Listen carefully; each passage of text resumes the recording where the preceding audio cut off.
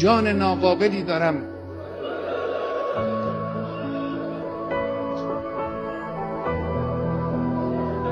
جسم ناقصی دارم،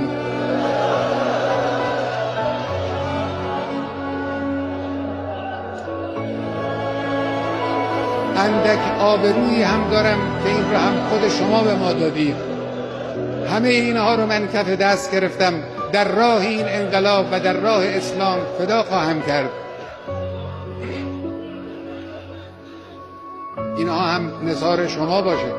چلے جو ہوگے شہادت کا جام پی کر تم، رسول پاک نے باہوں میں لے لیا ہوگا.